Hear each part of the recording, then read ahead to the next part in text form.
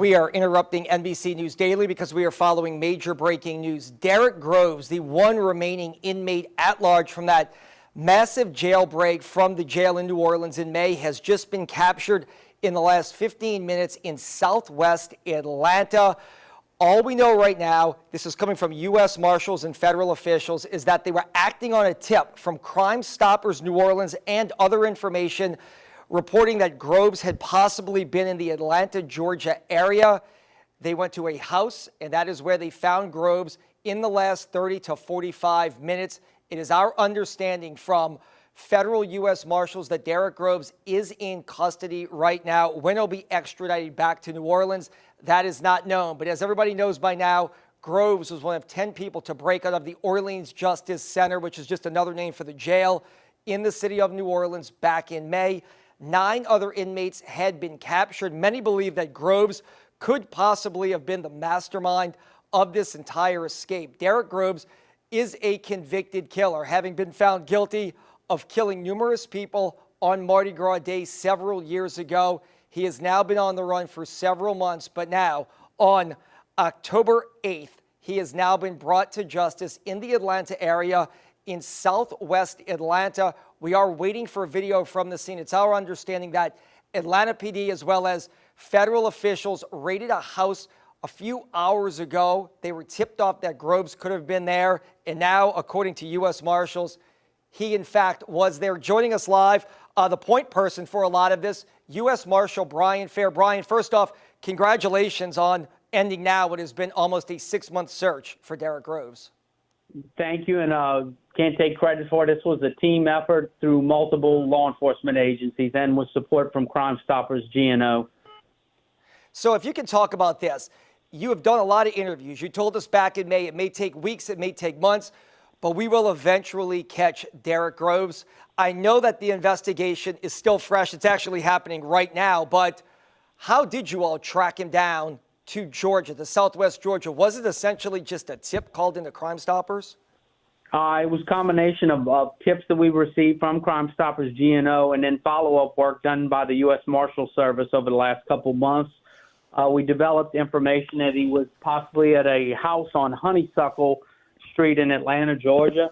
And this morning, from what you saw in the news, was the follow-up of that. The U.S. Marshals New Orleans Task Force sent a collateral lead out to the U.S. Marshals Southeast Regional Fugitive Task Force in Atlanta. They, along with the Atlanta PD SWAT team, acted on that tip. And behind the scenes, there was a lot of investigative work done here in New Orleans by the Orleans Parish Sheriff's Office, the New Orleans Police Department, Louisiana State Police, FBI, HSI, and the U.S. Marshals. So there was a lot of manpower, hours, and investigation that went into this to today's result. Yeah, and look, Brian, we're all going to have a lot of questions. So is the general public watching this right now. Do you know how long he's been in Atlanta or how he got there? I mean, obviously he didn't fly. Does it seem like somebody transported him across state lines to try to hide him out in Georgia? I don't want to speculate at this time. I would guess that, yeah, somebody probably did help transport him there. That's going to be a follow-up investigation that will be done. It is possible additional people go to jail.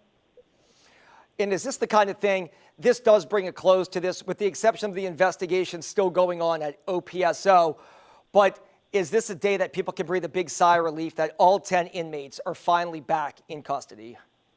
Yes, I would say this is that day that you can finally, relax a little bit now that this has finally been done. It's taken quite a few months.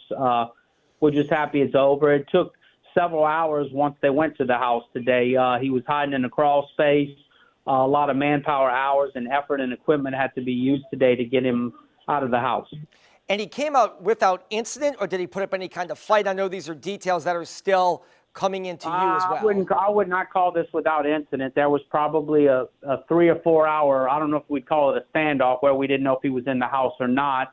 Nobody was there, but ultimately he was located in a crawl space in the house. Does it seem, I mean, look, Brian, I know this is all going to come out in the investigation, but do you believe he's been there for several weeks or months? I mean, is this the kind of place that he went to back in May and has just been holed up in southwest Atlanta since? That's going to take some more follow-up work. I would say we probably believe he's been there for a little while, but we don't know how long. It's going to take a lot more follow-up work on that end. And look, is this the kind of thing, too, where you all have exhausted a lot of man hours and time, but this is what the U.S. Marshals do? I mean, you track down people who are wanted by local, state, and federal law enforcement, while you've seen the task force get smaller, where NOPD, OPSO, state police had to pull some people back because they had to go on with other cases.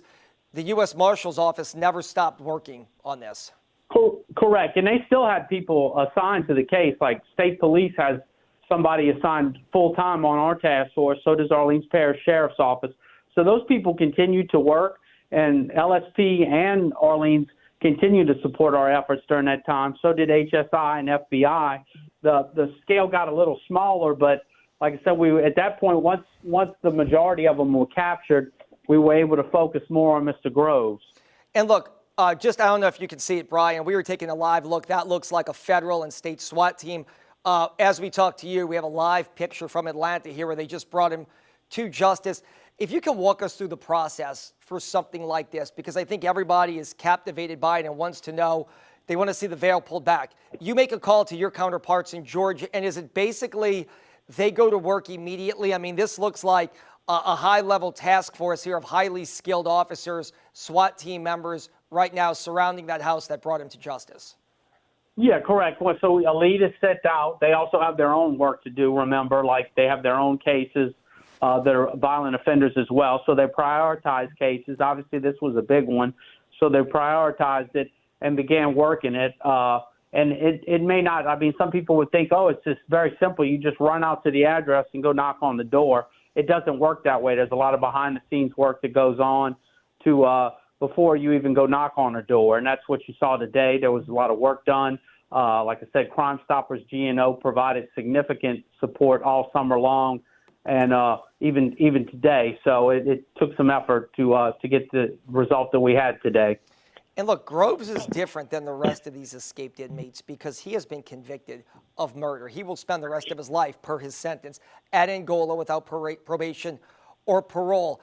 Did it make him more of a flight risk? Did it make it more of a high-risk matter, given the fact that, I hate to use this term, he really had nothing to lose because, unlike a lot of these escapees who were pretrial detainees waiting for their day in court, Groves knows his fate. He is going to the state prison at Angola for the rest of his life.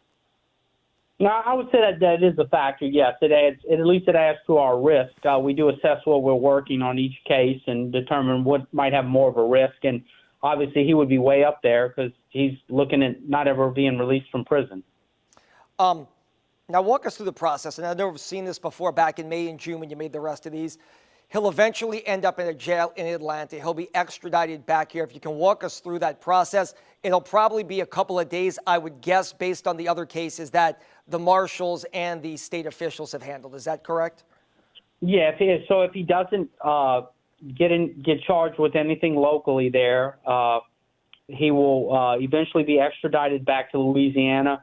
I would think that there may be a chance state police is actually involved in that process as they've already helped extradite several of the other escapees to Angola. So, he'll get booked into the local county he's in. I don't have the county's name in front of me, but the local county in Georgia. And he'll go through a process. He'll either waive extradition or not waive it. And if he doesn't, they'll ultimately get a governor's warrant, and he'll be extradited back to Louisiana. And look, Brian, this is something you've been involved in with the rest of your team of U.S. Marshals as well as state police and NOPD and OPSO. Atlanta was handling a lot of this. You were waiting for a text message or phone call. When you got it, is there a sense of, okay, finally, it's over. This tip actually led to an arrest, and this is him, because we've seen you all chase a lot of leads. Some of those bear no fruit, but this one obviously did, and now he's in custody. Yeah, so we were in the office, hovered around our phones and communicating directly with them and waiting on it. So there was a lot of excitement here once we were finally notified that he was in custody. For a while, there was some concern because this drug on for quite a few hours before he was taken into custody. And we've had several tips and investigative things that we've done over the summer that we've been left basically holding the bag or not found him. So we were starting to get a little concerned, but we were confident that there was a pretty good shot that he was in that house. And look, I know that we've talked to other sources. They told us there were some tips coming in recently. There was some chatter, I guess, that he may have been in the Atlanta area.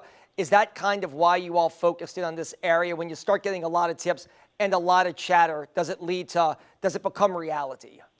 Well, there's been multiple tips in Atlanta and other areas in Georgia, and then there was stuff in Texas and other places. So we had to follow up on everything along the way, I would say. And then we had to do our own investigation as well to try to see what we could develop from talking to people, looking through records, and it was all time consuming. All right, Brian Fair, U.S. Marshal, we appreciate your time. I know that you and your team are probably very happy with this outcome today, that Derek Groves was finally brought to justice. Yeah, the team is very happy with the end result of this. And when I say team, I mean all the agencies that were involved in this. It's not just the U.S. Marshals. It was all the other agencies and Crime Stoppers GNO. I believe everybody's extremely excited right now. All right, Brian Fair, U.S. Marshal, we do appreciate your time. Thank you. All right, so you see it right there. You're looking at a graphic of what U.S. Marshal Brian Fair just told us. He was picked up on a street, if you're familiar with Atlanta, Honeysuckle Street, that is in the southwest corner of Atlanta. He was found in a crawl space inside a house. They say he was trying to hide out there, that no one else was in the house. This lasted about 3 or 4 hours where they tried to locate him and found him in a crawl space. He was captured after a brief standoff. Like they said, this wasn't where he refused to come out. It seemed like he was trying to hide and maybe not let police and federal marshals know that he was there. You heard Brian Fair say this was a combined effort. State police, New Orleans, FBI, OPSO, U.S. Marshals, everybody working.